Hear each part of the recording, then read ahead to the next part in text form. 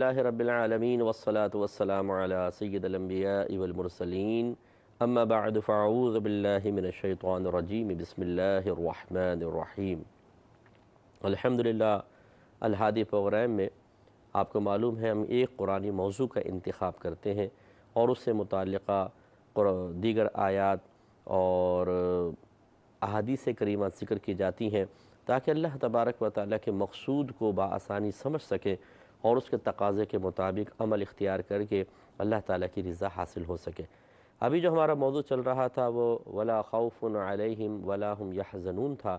اللہ تعالیٰ نے مخصوص گروہوں کے بارے میں فرمایا کہ نہ ان پر کچھ خوف ہوگا اور نہ یہ غمگین ہوں گے۔ پچھلے پروگرام میں بھی عرض کیا تھا کہ ہمارے مقررین بعض اوقات ایسے ہوتے ہیں کہ جو اس انعام کو مخصوص کر دیتے ہیں اولیاء عظام کے ساتھ، کہ اولیاء عظام کی یہ شان ہے کہ ان پر نہ کچھ خوف ہوگا نہ غمگین۔ وہ آیت بھی آئے گی، میں انشاءاللہ عرض کروں گا۔ تو ہمارا یہ ذہن بن جاتا ہے کہ یہ انعام عام آدمی کے لیے ہے ہی نہیں، یہ تو اس کے لیے ہے جو ولی ہو، اور ولی وہ ہوتا ہے جس کو اللہ تعالیٰ درجۂ ولایت عطا فرماتا ہے، تو لہٰذا نہ ہم ولی نہ ہمیں یہ انعام حاصل ہوگا۔ حالانکہ ایسا نہیں ہے۔ قرآن عظیم میں بے شمار مقامات پر مختلف اعمال اور مختلف چیزوں کے جواب میں اللہ تبارک و تعالیٰ نے اپنے تمام بندوں کے لیے انعام ذکر فرمایا ہے، جس میں ولی ہونے کی کوئی قید نہیں ہے، ولایت کی موجودگی کی کوئی شرط نہیں ہے۔ اس کا مطلب یہ ہے اگر کوئی شخص غیر ولی بھی ہو، ولی اصطلاحی نہ ہو، ایک تو ولی عرفی ہوتا ہے، ولی عرفی کا مطلب جس کو ہم عرف عام میں دوست کہتے ہیں، دوست کو عربک میں ولی کہتے ہیں، اور ایک ولی اصطلاحی ہوتا ہے۔ ولی اصطلاحی کا مطلب کوئی مخصوص ہم ایک ٹرم قائم کرتے ہیں، مخصوص تعریف بناتے ہیں، وہ عام تعریف نہیں ہوتی۔ ولی یعنی بمانے دوست تو ہر ایک ہو سکتا ہے، لیکن جب ہم اپنے مذہب میں خاص ولی کہتے ہیں تو وہی شخص ہوتا ہے جس کو اللہ نے درجۂ ولایت عطا فرمائی ہو۔ تو پھر یہ ایسا لگتا ہے کہ شاید یہ جو انعام ہے ایسے مخصوص ولی اصطلاحی کے لیے ہے، لیکن نہیں، ہم نے آپ کو سمجھایا کہ اللہ تعالیٰ نے جہاں کہیں اس انعام کو ذکر فرمایا، ایک مقام کے علاوہ کہ جہاں پر بیان ہوتا ہے تو اس سے ایسا ذہن میں آتا ہے شاید یہ ولی اصطلاحی کے بارے میں ہے، لیکن حقیقتاً ایسا نہیں ہے۔ ہر شخص اس انعام کو حاصل کر سکتا ہے، ہر شخص، مرد ہو یا عورت، بشرطے کہ وہ ان آیات کو پڑھے جس میں اس انعام کو بطور نتیجہ ذکر کیا گیا ہے، اور اس سے پہلے کچھ اعمال کا تذکرہ ہے، ان اعمال کو اپنا لیا جائے تو اللہ تبارک و تعالی ہمیں اور مجھے اور آپ کو بھی یہ انعام عطا فرما دے گا۔ چنانچہ مختلف آیات میں ذکر کر رہا تھا، سورہ احقاف کی آیت نمبر 14، اس میں دیکھیں اللہ نے فرمایا کہ ان الذین قالوا ربنا اللہ، بے شک وہ لوگ جنہوں نے کہا کہ اللہ عز وجل ہمارا رب ہے، ثم استقاموا، پھر وہ اس پر استقامت پذیر رہے، فلا خوف علیہم ولا هم یحزنون، تو نہ ان پر کچھ خوف ہوگا اور نہ وہ غمگین ہوں گے۔ یہ 13 نمبر آیت ہے۔ 14ویں آیت میں اللہ نے فرمایا اولئک اصحاب الجنہ، یہ ہی جنت والے ہیں، خالدین فیہا، یہ اس میں ہمیشہ رہنے والے ہیں، جزاء بما کانوا یعملون، یہ بدلہ ہے اس کا جو وہ دنیا میں کیا کرتے تھے۔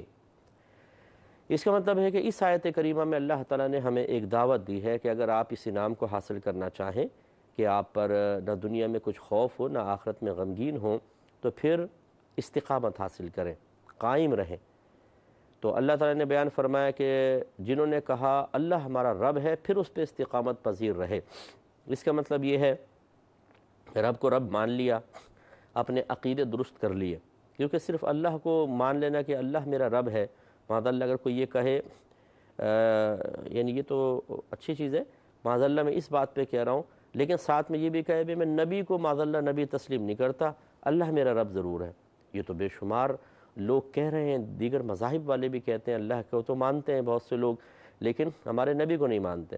اسی طرح قرآن پاک کو نہ مانیں تو سمجھ لیں کہ ربنا اللہ کا قول بھی انہوں نے صحیح معنی میں اختیار نہیں کیا ہے۔ جب ہم کہتے ہیں کہ ہم اپنے اللہ کو اپنا رب مانتے ہیں تو بس اس رب نے ہی تو حکم فرمایا ہے کہ میرے آخری نبی پہ ایمان لاؤ۔ اب اگر کوئی پچھلے نبی پر ایمان لانے والوں کی نسلیں موجود ہیں جیسے یہود و نصارہ وغیرہ ہیں، تو ان کا وہ سابقہ نبیوں پر ایمان لانا کافی نہیں ہے، اب انہیں ہمارے نبی کریم صلی اللہ علیہ وسلم پر ایمان لانا ہوگا، پھر سمجھ لیں ان کا یہ قول معتبر مانا جائے گا کہ اللہ تعالی ہمارا رب ہے۔ ورنہ گویا کہ وہ اللہ کی کہ رب ہونے کا ہی منکر ہیں، کیونکہ جب اللہ کا کہنا نہیں مان رہے ہیں اور ہمارے رسول کو نبی تسلیم نہیں کر رہے ہیں، اپنا نبی نہیں مان رہے ہیں، تو اس کا مطلب ہے کہ ان کا ایمان کامل نہیں ہے، ایمان ختم ہے، نقص ہے۔ تو اس لیے اللہ تعالیٰ نے جو عقائد بیان فرمائے انہیں تمام کو اختیار کریں۔ اسی طریقے سے اب دیکھیں، کوئی اللہ کو رب مان لے، نبی کریم کو نبی مان لے، قرآن کو مان لیتا ہے، لیکن وہ فرشتوں کا انکار کر دے، جنات کا انکار کرے، آخرت کا انکار کرے، وہ مسلمان نہیں رہ سکتا۔ کلمہ پڑھ کے اگر انکار کرے گا مرتد ہو جائے گا۔ اس کا مطلب ہے، کہنے کا مطلب اللہ تعالیٰ کا یہ ہے کہ جس نے اللہ کو اپنا رب مانا اور پھر اللہ تعالیٰ نے جن چیزوں پر ایمان لانے کا حکم دیا ان پر ایمان لایا، پھر اس پہ استقامت پذیر بھی رہا، تو اللہ تعالیٰ اس کو انعام عطا فرمائے گا کہ نہ دنیا میں کچھ خوف ہوگا اور نہ آخرت میں غمگین ہوں گے۔ استقامت کا مطلب ہوتا ہے کسی چیز کو لگاتار کرنا، دائمی طور پہ کرنا۔ ہمارے طرح نہیں کہ ہمارے مسلمان بھائی موڈی نمازیں پڑھتے ہیں، 2-4 دن نماز پڑھی، تیسرے دن چھوڑ دی، 2-4 دن جوش چڑھتا ہے یا سچ بولوں گا، اب جھوٹ نہیں بولوں گا، پھر تیسرے دن اپنی قسمیں توڑ دیتے ہیں، اب میں فلاں سے نہیں ملوں گا یار، اس کے ساتھ رہتا ہوں تو گناہ ہو جاتے ہیں۔ 3-4 دن بعد پھر اسی کی صحبت میں رہ کے گناہ کر رہے ہوتے ہیں، اچھا اب بد نگاہی نہیں کروں گا، لیکن پھر بد نگاہی شروع ہو جاتی ہے، اب خراب چیز نہیں دیکھوں گا، جیسے آج کل نوجوان انٹرنیٹ پر بیٹھ جاتے ہیں، پھر جب گناہ ہو جاتا ہے پھر نادم ہوتے ہیں، شرمندہ ہوتے ہیں، اللہ سے وعدے کرتے ہیں، قسمیں کھاتے ہیں، پھر کچھ دن بعد وہی نفس اور شیطان غالب آتے ہیں، اندر سے آواز آ رہی ہوتی ہے، تو اپنے رب سے وعدہ کیا ہوا تھا، تو نے تو قسم کھائی تھی۔ ان آوازوں کو دبا دیا جاتا ہے کیونکہ وہ پریشان کرتی ہیں، وہ شرمندہ کرتی ہیں، انہیں دبا کر انسان تیزی کے ساتھ، شیطان کہتا ہے جلدی جلدی کھول، جلدی جلدی کھول، کہ ایسا نہ ہو کہ یہ ان آوازوں کو سن کر گناہ سے دور ہو جائے، پھر وہی گناہ کی چیزیں کھول لی جاتی ہیں، پھر انسان گناہ میں پڑتا ہے اور پہلے سے زیادہ اس کو ندامت ہوتی ہے، اس لیے کہ پہلے بھی گناہ کیا تھا، برا تھا، لیکن اب تو اللہ سے وعدہ توڑ کر گناہ کیا ہے، اور زیادہ تکلیف اور زیادہ اذیت ہوتی ہے۔ تو خلاصہ کلام یہ ہے کہ ہمیں استقامت حاصل نہیں ہوتی، استقامت والا ہی کامیاب ہے۔ سیدہ عائشہ صدیقہ رضی اللہ تعالی عنہ سے پوچھا کہ نبی کریم صلی اللہ علیہ وسلم جب کوئی عمل اختیار کرتے تھے اس میں آپ کا کیا طریقہ کار تھا؟ تو آپ نے ارشاد فرمایا کہ سرکار جب بھی کوئی عمل اختیار کرتے، چاہے وہ مقدار میں تھوڑا ہی کیوں نہ ہوتا، لیکن اس کو لگاتار کیا کرتے تھے۔ اور ایسے آپ نے ارشاد فرمایا کہ نبی کریم صلی اللہ علیہ وسلم کو وہ عمل محبوب تھا کہ چاہے وہ تھوڑا کیوں نہ ہو لیکن اس کو اختیار کرنے والا اس پر دوام اختیار کرے، یعنی ہمیشہ اس کو کرتا رہے۔ اس لیے یاد رکھیں، اسی لیے کہا جاتا ہے الاستقامت فوق الکرامت، کہ استقامت کرامت سے بھی بڑھ کر چیز ہے، کیونکہ استقامت مشکل بہت ہے۔ ہمارا نفس جو ہے وہ ایک چیز کی پابندی اختیار نہیں کر پاتا۔ یہ آپ دنیاوی معاملات میں بھی دیکھ لیں کہ اگر روزانہ بریانی بنے گھر میں، اس کو یہ بھی پسند نہیں آئے گی، اکتا جاتا ہے جلدی۔ ہاں گناہ کر کے نہیں اکتاتا، ہاں اس میں بھی یہ ہے کہ ایک نوعیت کے گناہ کر کے اکتا جاتا ہے، بولتا اب اس میں مزہ نہیں آ رہا، دوسرا گناہ لاؤ، کوئی اور گناہ کرتے ہیں، یہ اس میں مزہ ختم ہو گیا ہے، تو اس کو یہ عموماً استقامت حاصل نہیں کر پاتا۔ لیکن یہ ضرور ہے کہ گناہ پر استقامت ضرور ہوتی ہے، اس کی چاہے نوعیتیں بدل جائیں۔ نیکی پر استقامت نہیں ہو پاتی، اس کی چاہے نوعیت کوئی بھی ہو، نہ نماز پہ استقامت، نہ روزوں پہ استقامت، نہ اچھی باتوں پہ استقامت، نہ بد نگاہی سے بچنے پر استقامت نہیں ملتی۔ یہ غلط چیز ہے۔ استقامت بہت ہی اہم چیز ہے، تھوڑی سی مشکل ضرور ہے، لیکن اگر انسان ہمت کر لے تو اللہ تبارک و تعالی نے اس کا انعام یہ بیان فرمایا، دنیا میں خوف نہیں ہوگا، آخرت میں غمگین نہیں ہوں گے، جنت میں داخلہ دیا جائے گا، اس میں ہمیشہ ہمیشہ کے لیے رہیں گے۔ اتنے بڑے بڑے انعام ہیں۔ لہٰذا استقامت کے حصول کے لیے پہلی بات وہی جو میں اکثر عرض کرتا ہوں اور میں کہتا رہوں گا، اپنی پوری زندگی کہتا رہوں گا، کہ جس کو یہ بات سمجھ میں آئے گی انشاءاللہ اور اس پہ عمل پیرا ہوگا، وہ نجات ضرور پائے گا، کہ سب سے پہلے ہمیں علم سیکھنا ہوگا۔ کیونکہ آپ کس پر استقامت حاصل کریں گے؟ نیک اعمال پر، گناہوں سے بچنے پر، یہی مطلوب شرع ہے۔ تو پہلے اس بات کی معرفت درکار ہے کہ گناہ کیا ہے اور نیک عمل کیا ہے۔ اب آپ کو پتہ چل گیا بھائی یہ نیکیاں ہیں، یہ گناہ ہیں، اچھا اب نیکیوں کو سامنے رکھ لیں، اب ان کو کرنا کیسے ہے، اس کے لیے بھی علم چاہیے۔ یہ گناہ پتہ چل گئے، ان گناہوں سے بچنا کیسے ہے، اس کے لیے بھی علم درکار ہے۔ اور پھر اس کے بعد عمل کی باری آتی ہے۔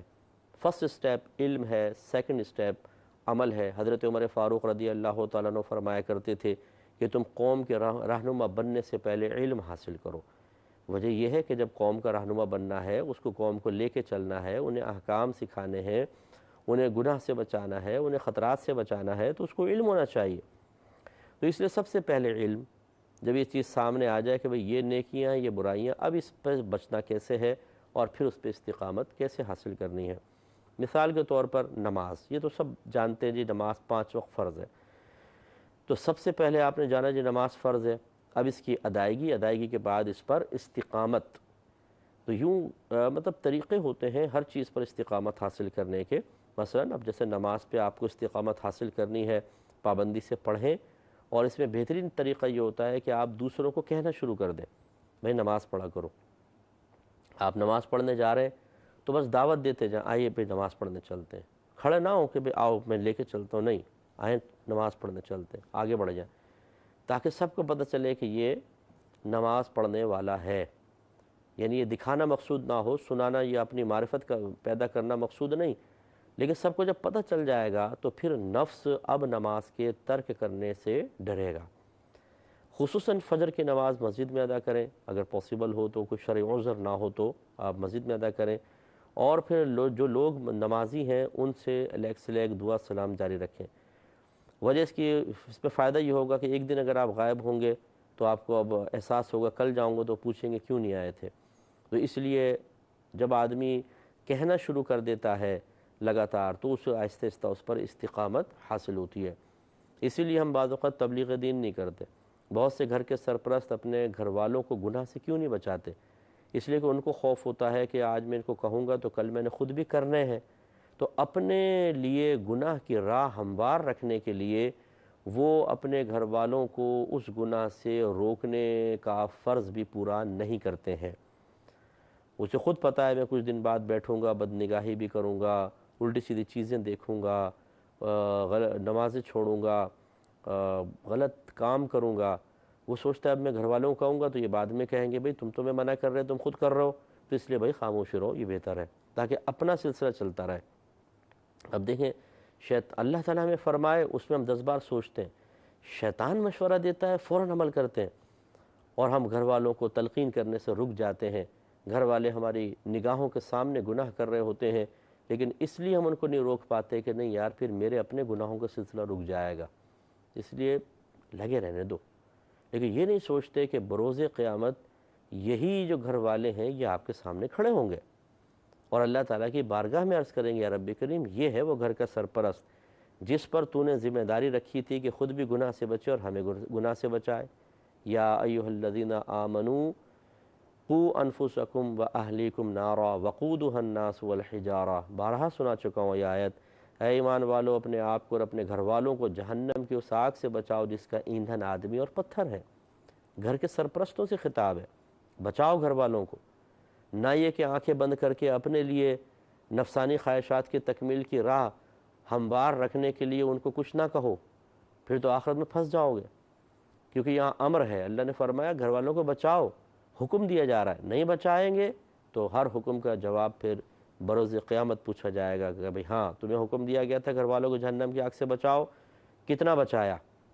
اور اگر آبجیکشن گھر والوں کی طرف سے ہو گیا، مطالبہ اولاد کی طرف سے ہوا، تو پھر ایسے باپ کا حال بڑا خراب ہوگا جن کو وہ ساری زندگی کھلاتا رہا، پلاتا رہا، نعمتیں دیتا رہا، وہی اجنبی نگاہوں کے سامنے دشمن بنے کھڑے ہوں گے کہ اللہ تعالیٰ اس سے ہمیں بدلہ دلوا، اس نے ہمیں مروایا ہے۔